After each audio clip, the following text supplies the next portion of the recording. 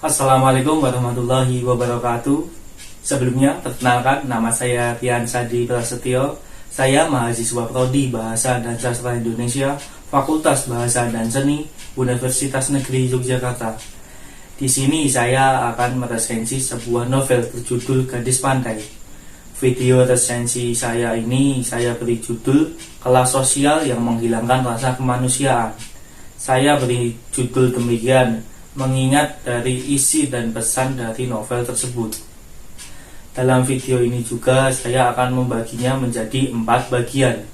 Bagian pertama adalah identitas novel, yang kedua sinopsis novel, yang ketiga isi resensi novel, dan yang terakhir kesimpulan. Langsung saja tak perlu berlama-lama, kita masuki bagian yang pertama, yaitu identitas novel. Ya, kita memasuki bagian yang pertama, yaitu identitas novel. Judul dari novel ini adalah Gadis Pantai, ditulis oleh Pramudia Anantatur. Penerbit dari buku ini adalah Lentera Dipantara dan diterbitkan pada tahun 2005. Buku ini memiliki nomor ISBN yaitu 9789799731203. Tebal dari novel ini adalah 272 halaman. Novel ini memiliki dimensi lebar 16 cm, panjang 24 cm, serta berat 550 gram. Buku ini ditulis menggunakan bahasa Indonesia. Yaitu tadi adalah bagian pertama, yaitu identitas novel. Lanjut yang bagian kedua adalah sinopsis novel. Ya, kita memasuki bagian kedua, yaitu sinopsis novel. Di sini saya akan membacakan sinopsis novel Gadis Pantai. Seorang gadis berusia 14 tahun yang disebut Gadis Pantai awalnya hidup senang walaupun dalam keadaan susah di kampung nelayan. Tetapi kemudian hidupnya berubah drastis 180 derajat setelah dia dinikahkan dengan seorang bendoro. Hidupnya berubah dari serba kekurangan menjadi serba ada, bahkan lebih. Tetapi walaupun serba berkecukupan, hal itu belum membuat Gadis Pantai bahagia. Ini dikarenakan kehidupan dia juga harus berubah menjadi wanita utama di rumah bendoro tersebut dan menyandang gelar Mas Nganten. Awalnya dia tidak tahu apa saja yang harus dilakukan sebagai wanita utama, dan dia juga merasa takut kepada bendoro. Namun ada pelayan yang dipanggil Simbok yang diberikan kepada Gadis Pantai tersebut dari bendoro untuk melayani dan mengurus gadis tersebut. Simbok ini sangat setia dan mengajarkan apa saja yang harus dilakukan sebagai wanita utama. Simbok juga memberitahu bahwa tugas utama dari wanita utama adalah mengabdi dan melayani bendoro. Lambat laun akhirnya Gadis Pantai sudah bisa menyesuaikan diri dengan kehidupan baru, menjadi wanita utama dan belajar banyak hal secara cepat. Seringkali Gadis Pantai ditinggal suaminya tersebut pergi. Hal ini membuat Gadis Pantai merasa rindu, bahkan menjadi cemburu setelah mengetahui bahwa suaminya tersebut pergi salah satunya untuk menemui istri-istrinya yang lain. Pada masa itu, wajar jika seorang bendoro mempunyai banyak istri yang tidak sederajat dengannya. Hal ini dilakukan selain untuk memenuhi kebutuhan biologis, juga untuk mempersiapkan bendoro tersebut menikah dengan wanita yang sederajat dengannya. Suatu peristiwa membuat Simbok yang setia harus meninggalkan gedung bendoro tersebut. Gadis Pantai sangat bersusah hati dengan kepergian Simbok. Tetapi apa daya, dia juga tidak mungkin menyuruh Simbok tetap tinggal karena bendoro sendiri yang mengusir Simbok. Sebagai ganti Simbok tersebut, bendoro memberikan pelayan baru bernama Martina. Sebenarnya Gadis Pantai tidak suka dengan perilaku Martina, tetapi dia hanya memendamnya. Ketika Gadis Pantai mendapat izin dari bendoro untuk mengunjungi orang tuanya di kampung, bendoro mengutus Martina sebagai pengiring ke kampungnya tersebut. Di kampungnya, akhirnya Gadis Pantai mengetahui identitas sebenarnya Martina. Ternyata Martina adalah utusan seorang bendoro lain yang ditugaskan untuk membunuh Gadis Pantai, supaya bendoro melupakan Gadis Pantai dan segera menikahi putrinya. Dan sebagai imbalan, Martina dijadikan istri kelimanya. Martina pun dihukum atas tindakannya tersebut.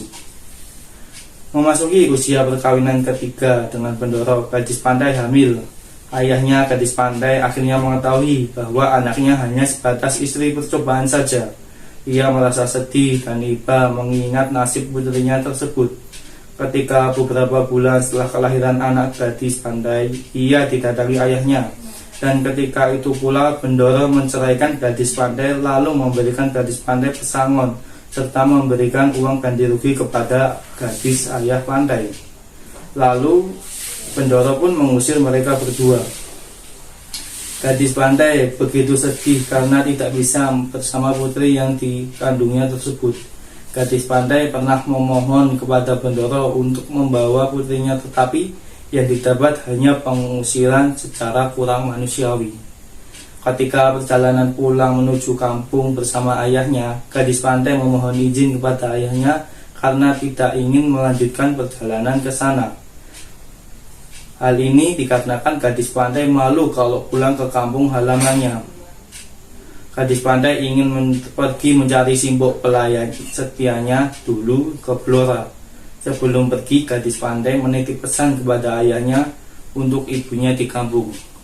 Ya, itu tadi adalah sinopsis novel Gadis Pantai. Selanjutnya kita akan memasuki bagian yang ketiga, yaitu isi resensi novel. Ya, kita memasuki bagian yang ketiga, yaitu tentang resensi novel.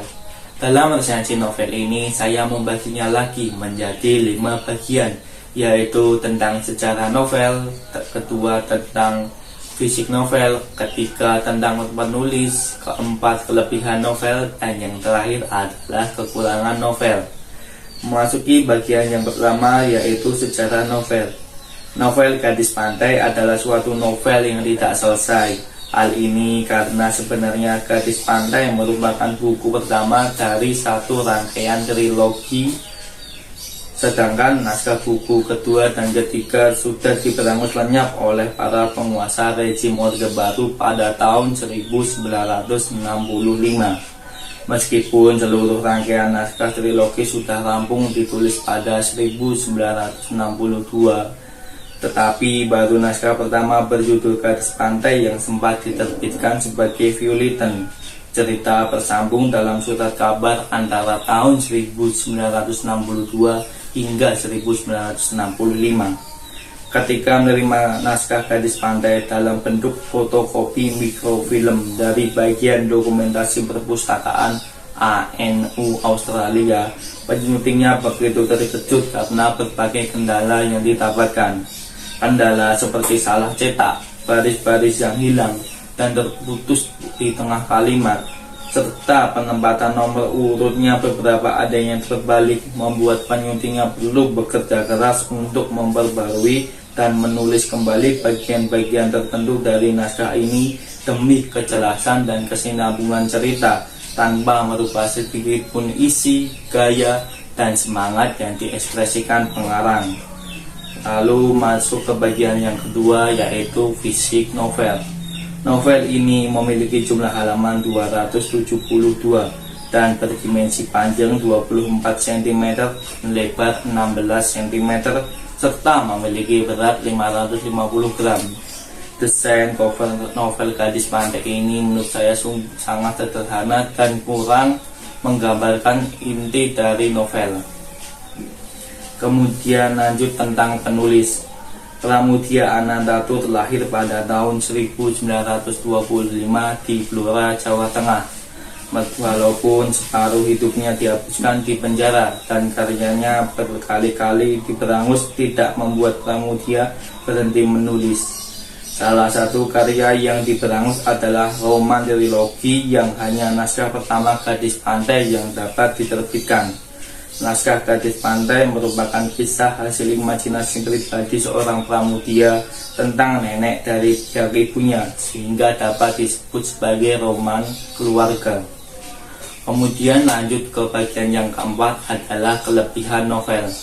Kelebihan dari novel ini menurut saya adalah menggambarkan struktur sosial serta sistem hierarki pada masa itu.